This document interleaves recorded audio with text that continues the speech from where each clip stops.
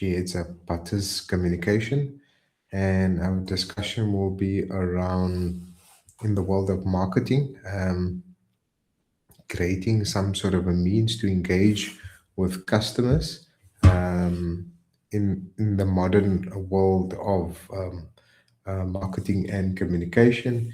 And we will be going through a host of topics. Some of the topics will be around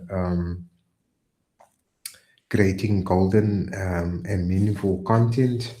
We will discuss the issues around quality over quantity, visibility and consistency. So there's a pressure out there for lots of brands to be constantly on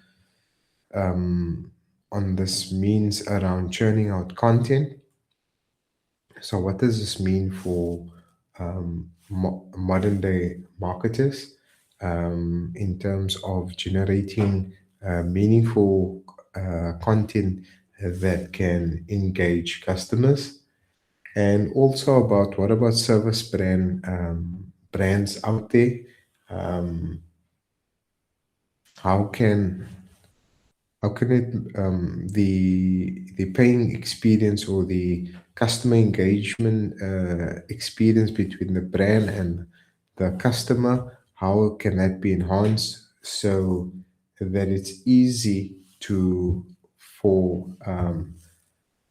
customers to purchase the brand's product? The other thing that we will be touching on is something that's very important, and that gives the business a human side, or brings out the human side, where there is behind the scenes footage, where perhaps maybe the business is perhaps producing a video and behind the scenes footage, and also instead of producing the superficial content, it's perhaps a means for where the business shows the more vulnerable side, especially if there is, especially bloopers. Yeah, just looking at my notes.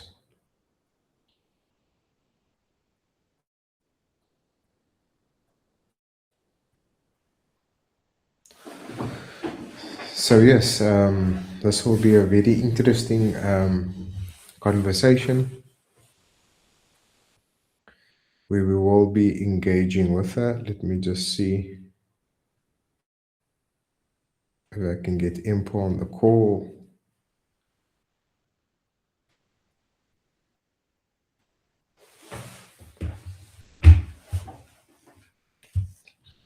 So Impo has also produced a short form booklet that outlines some modern day good practice for marketing practitioners in terms of creating a meaningful relationship with a business. So Impo will be coming on. Can you hear me, Impo? Am I loud and clear? Hi, I can hear you loud and clear.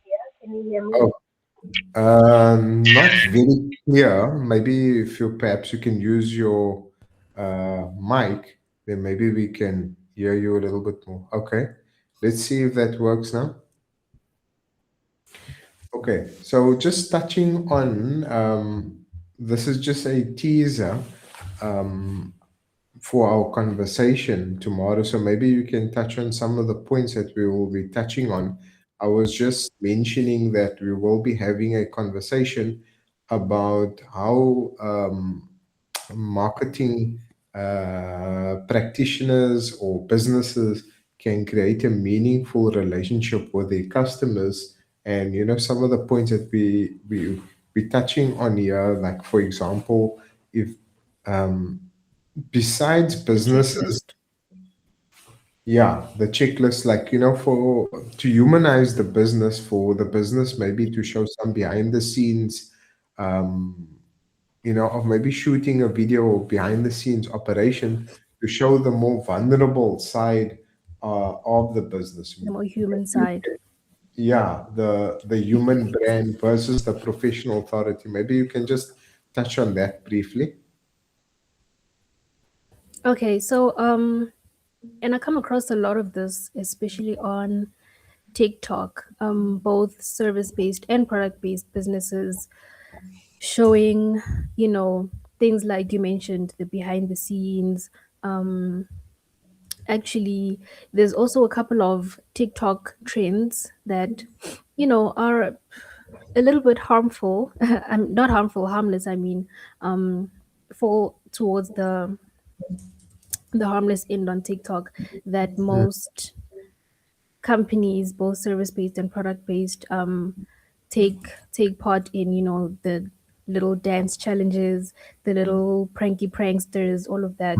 So I feel like if it really suits your business and your whole persona as a company and as people, then 100% go for it. Because another thing is we chase trends a lot. You see something on TikTok that another company did, and you think, hey, maybe we can try this, and it actually doesn't work. It doesn't mean just because you saw it work for somebody else, then you should 100% go for it as well. It really is just make it as natural as possible. Not every single trend is supposed to be followed, and just see what your business is in, what would work, what wouldn't work, because literally not everything is gonna work for that specific correct, business. correct. So sometimes when you have these bloopers or the business thing, it's more human side. This Yes. is where it can really, I think it's some sort of a charm that comes through, and this is where you create a relationship with Yeah. customers, and this is where maybe that that business and the client's relationship, or customer would build affinity with that brand because Mm, mm, I think to some degree they are trying to keep it a little bit authentic, and it's beyond the superficial. When a product comes, there's some sort of a covering. So it's yes. something what you see is what you get. The other thing I wanted to touch on there, but we will be talking on quality over quantity, that trap. So lots of Yes. marketers or businesses, they're almost like a hamster on the wheel. Yeah.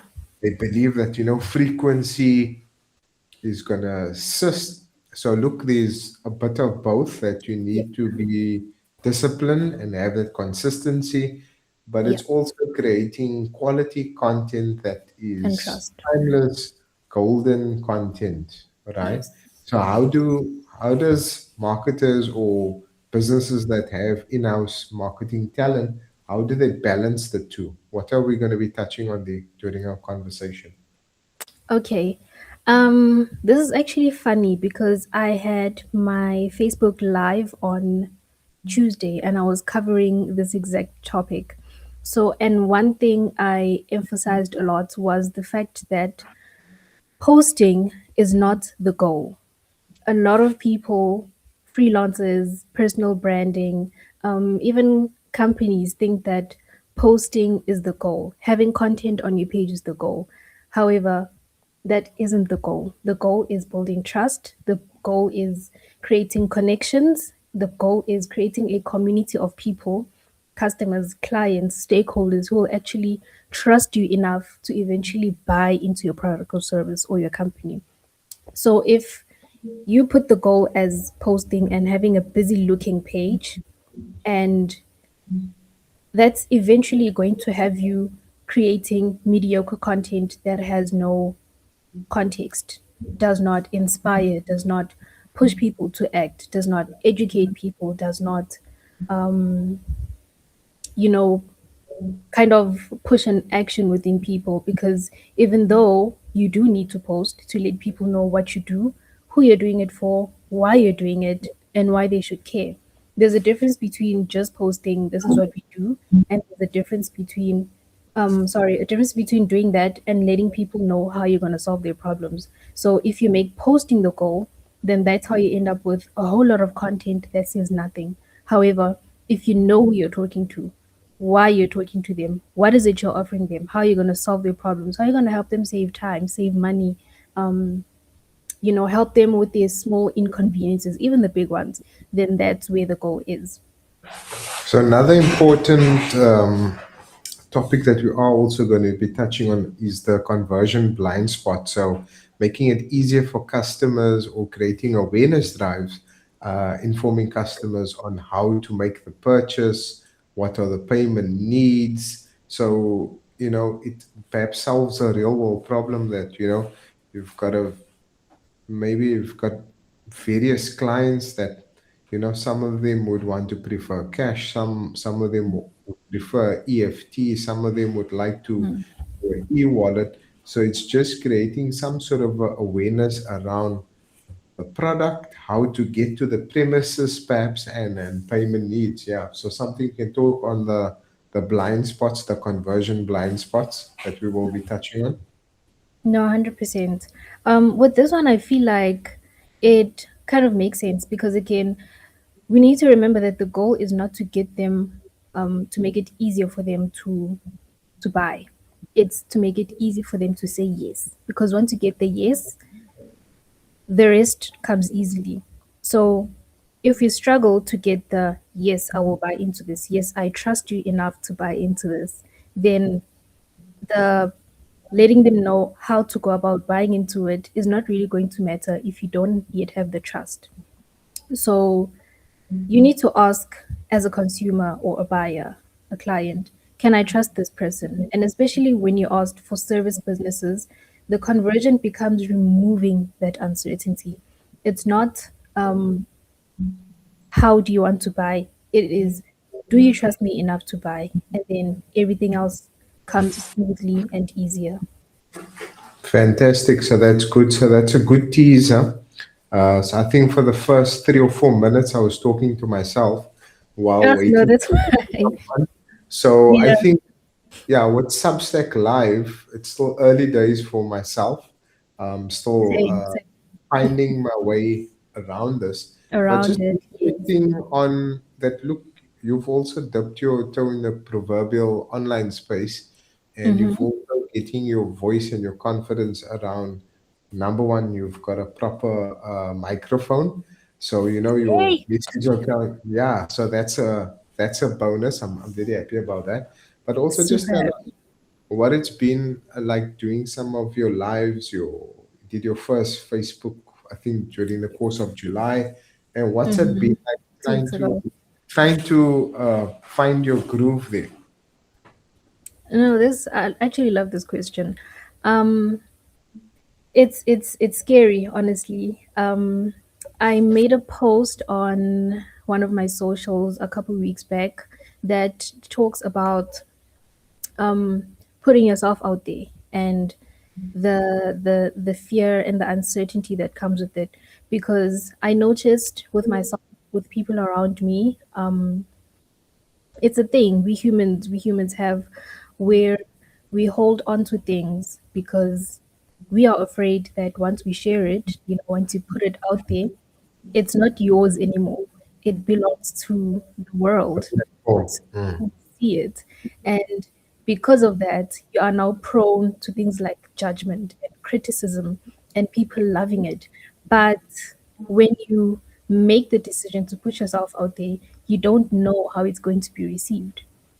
And so with with that, I've been the past couple weeks, you could say, I have been trying to, put myself out there because I realized that the past couple years of gaining this experience through the various companies I've been working in, through the various clients that I've been working with in my company, the agency, and it's really an injustice. If I can call it that, if I hold on to this and keep it to myself, kind of gatekeep it. So I feel the need to share it. And with me doing that, it first started as, how do I do it? Do I wait until I feel ready, the perfect time? When is the perfect time? Because honestly, there is no perfect time. You decide when the perfect time is. And then it slowly started becoming, instead of waiting, rather start with where you are with what you have and you perfect it along the way. And that's what I've been trying to, practice with the live videos, with the constant posting, with the book even. The book was actually step number one, which was also super scary. But then with that being out there, with sharing what I've learned through practice, through theory, and everything else in between, it's slowly becoming easier. But I always think about it now and go back and think, where would I have been had I not started? Had I not written the book and published? Had I not started posting about my experience? Had I not started, with the live videos? When would the perfect time have been? And so, for the true people who are in the live, please, if you've got something you want to put yourself out there, opportunity starts when you put yourself out there. It doesn't come to you, you go to it. So, yeah, Correct, correct. So shout out to the Half Full Circle. It's a absolutely. community for media communications and marketing professionals. So this is where we connected. And yes, kudos to you for putting yourself out there. Your short form PDF book supported you, read the book, and so this Appreciate it was so the much. start of that. So yes, so you have to start somewhere, start imperfect, and kind of Absolutely. scale from there. You grow. Yes. Yes, and you fail, you kind of address some You of the learn. but sometimes you have something under your skin that you want to get out in terms of sharing some information. And yeah, see, Substack has got a new feature. Let's see if this thing. Oh, this looks like it's gone to infinity there. So let me just see if this works. It does that. Yeah, so maybe it works, maybe it doesn't work. Let's see Mm, if this works. Let's just test the share screen function, share all application windows. I wonder if it looks like it plays an infinity. Okay, so mm. now I'll share this window. Okay, so I see what it's doing. Let me just do this. Share screen, share this window. Okay, so that's definitely something that we will. So yes, so I've also started a short run of a program called the Media Marketing Show. Uh, So, it's well done. on Radio 786. So look, it's a start. Nothing is written that it will carry on indefinitely. So it is a series where it's a YouTube pre-recorded program on Radio 786. I will be Okay. sharing some of the links via YouTube. So this is where I engage with lots of these media journalists and their rich career history, and that's the media part of it, and the marketing part of it. I will be kind of interrogating some of the veteran ad agencies that's been running campaigns for like Mm. the brands, including Nando's and the like, Oh, that should be find interesting. out, yeah. And look, marketing is very broad, whether it's from Yeah. photography, whether it is videography, graphic design, marketing, Copywriters. Yeah. so for now it's in person, whoever is in Cape Town. So Mm. yeah, so look, that is a start. And Definitely. yeah, possibly there will be some learnings from this experience, and No, it's absolutely. some sort of a means where you're also vulnerable and you're also putting yourself out there. Absolutely. Yes. Um, I personally, okay. I feel like the people who have mastered things out there started small, started imperfect. So the whole waiting until you're ready, waiting for the perfect time, just waiting, it never works. And I'm a little bit angry or sad rather that I realized this late, but I'm also happy that I realized it at all because now I'm acting on it. So Mm. Yeah, no, so there's a time and a place, and also that we yeah, should be the purveyors of maybe there's some good practice out there. So I don't know if you mhm. guys can see. This is the media and marketing. I think it's flipped around because of the That actually view on looks the fun, screen. I think. Yeah, yeah. So there we go. So it's loud and proud.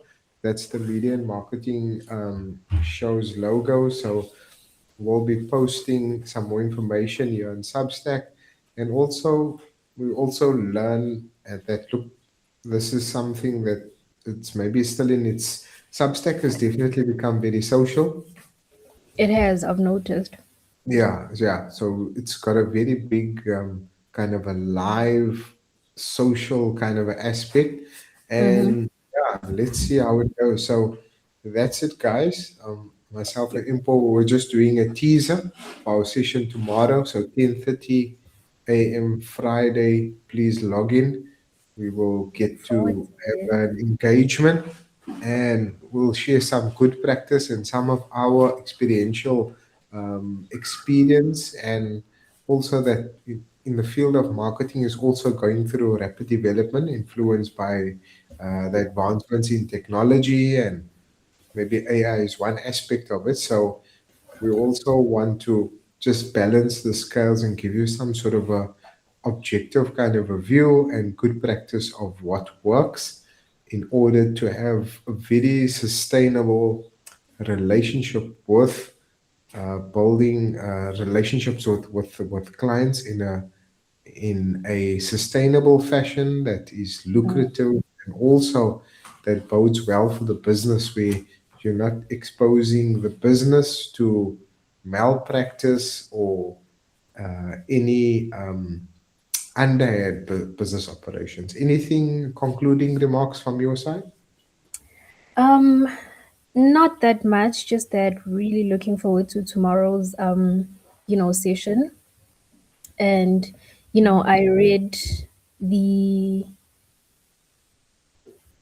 I read the document you shared as well, and been going through it and can't wait to share everything else that's needed to be shared out there. Like I said, gatekeeping the information, keeping it to myself, it's an injustice. I need to share whatever I need, I've learned and have experienced, give it out there to the people who need it, and then they take it and run with it, and it helps someone out there eventually.